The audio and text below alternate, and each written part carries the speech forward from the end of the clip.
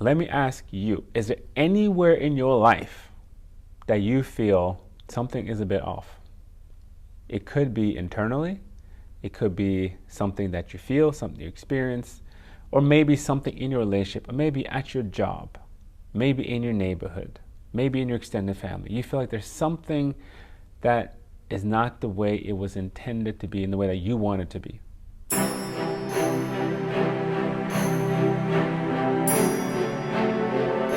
What I am trying to propose today is that whatever you think about Jesus, is that his words, his teaching, his ethos, his worldview, his paradigm, his way of thinking, his way of living can set you free.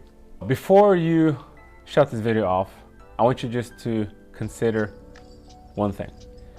I'm not here to discuss whether or not you believe Jesus was a divine person or just simply a historical figure. What I will argue, and you have to go and do your own research, is that it is a fact that Jesus was a historical figure. It is a fact that Jesus taught in Judea.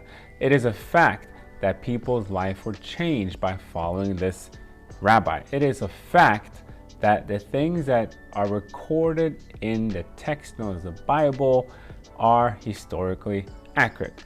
All that means is there is a field of science called textual criticism that have concluded that historical validity and historical reliability is extremely high when it comes to New Testament documents. And you might think to yourself, free from what? So, in a book in the Bible called the Book of John, Jesus is talking to one of the four major religious groups in those days, and that group is called the Pharisees. And he's basically telling the Pharisees that I have come to set slaves free. And they say, we've never been slaves of anyone. And then Jesus says this thing, whoever sins is a slave to sin. And we have this biblical term known as sin. All it means in biblical terms is that there's a mark, there's a goal, there is a objective aim that the God of the Bible set up for mankind. And when you miss that goal, when you miss that objective, you have sinned or you have fallen short of reaching that objective.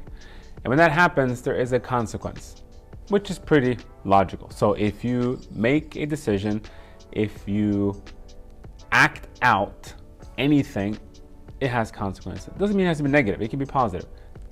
And I will argue that whether you believe in sin as a theological term, maybe what make more sense to you is this idea of dysfunction, or this idea that something is wrong. People act sometimes not in a way that you would argue is the correct way. So because of that, we have societal issues. We have dysfunction. We have relationships that are breaking. We have violence. We have crime. We have hatred. We have racism. We have disunity. Maybe like Morpheus said, there's a splinter in your mind. You know that something is wrong. Where do you go to find the answer? Where do you go to find healing? Where do you go to find freedom? What I am simply sharing, I'm asking you just to consider. I'm not asking you to accept this. I'm not asking you to reject this. Take the historical Jesus, or divine if that's what you believe, and look at the historical Jesus's words. Read them for yourself and see if his worldview, his teaching, his paradigm, his ethos, his way of making sense of the world makes sense to you.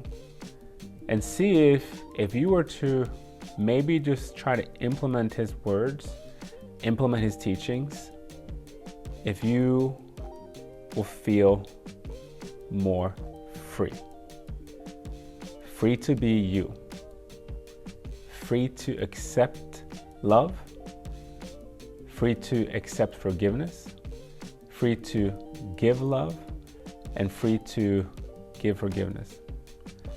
What I'm not saying is that this is a quick ABC change of life, but what I'm presenting, what I'm proposing is that if you look for it, you may just find it.